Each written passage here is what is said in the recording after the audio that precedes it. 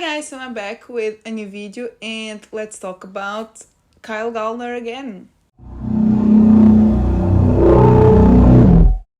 So, if you have been following me for a while, you know that Kyle Gallner is one of my all-time favorite actors, but more specific horror actors, because he does a bunch of horror movies and he's basically the horror king. And I have a video about all of his roles and my favorites and all of that, so I'll link it up here.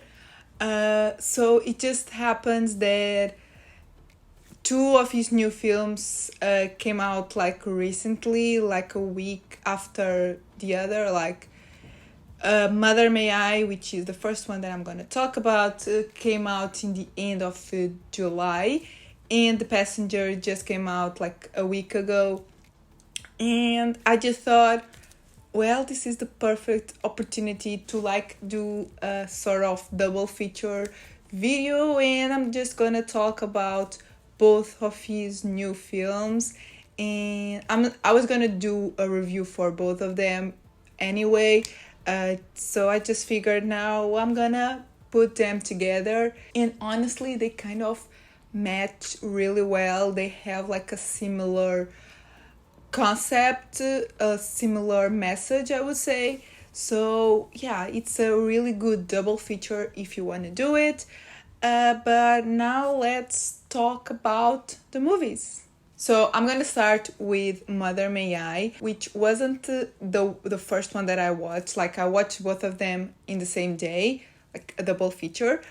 But I watched The Passenger first. However, I felt like talking about this one first, not only because I feel like this is the first one that you should watch if you're gonna watch both of them, but also because I don't have a lot to say about this film.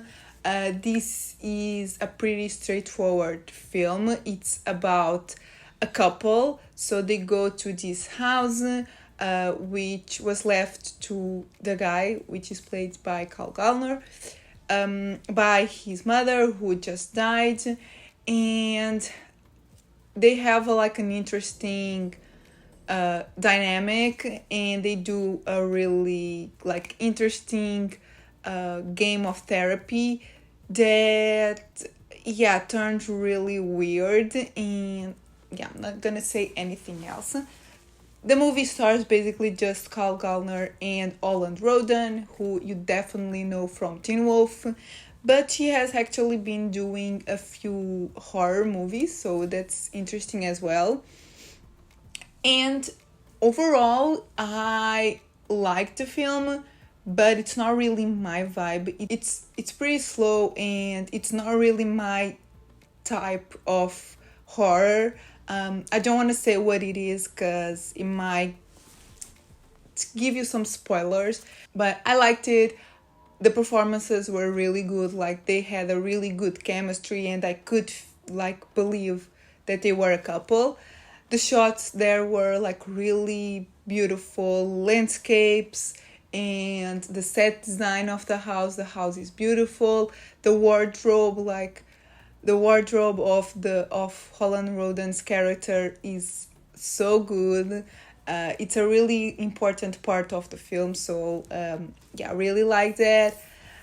But overall, I felt like it was a bit predictable and definitely kind of slow. It's not really a long film, but it felt kind of it dragged a little bit, but maybe I wasn't in the right headspace. I was kind of tired. As I said, this was the second film that I watched, so maybe I need to revisit. Still, this one, as I said, and The Passenger have a really deep message, and surprisingly, they both touch on sort of the same thing. So it has a really interesting ending, I would say that. But wasn't my favorite. I give it a 3 out of 5. And now let's talk about The Passenger, which honestly, I just loved it. That's another of the reasons why I decided to leave The Passenger for last. because I just really, really enjoyed the film. If you don't know what it is about, it's about a guy, Randy, that is forced to face his fears when his co-worker Benson goes on a killing spree. I'm not gonna say anything else because this film could be spoiled. There's not a twist or anything, but there's an interesting like journey that is totally ruined if you watch the trailer. So don't watch the trailer. Please avoid the trailer at all costs. I watched the trailer after watching the film and I was just shocked at how much they show. They show basically the whole film. So yeah, don't watch the trailer, just watch the film because it's really worth it. In the beginning, it doesn't feel like it. It's one of those films that when it ended, I felt like I needed more. But the more I thought about it, the more I liked it. And as I said, there's a similar message to Mother May I that I don't want to reveal because it's interesting to figure out. And the title of the film is also pretty curious because, yeah, it's straightforward in a way, but if you think about it, there's like a message that is revealed in the film. And the highlight of the film, honestly, are the performances.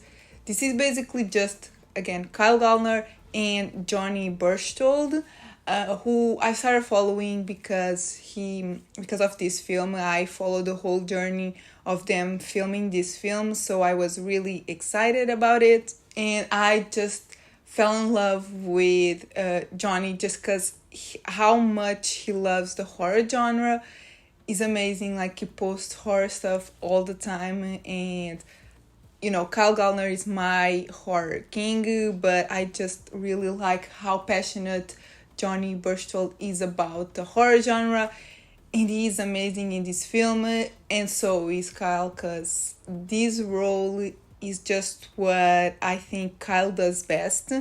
I don't know why. I would love to see him in something a bit more soft and maybe a romantic comedy or something, but this is his role.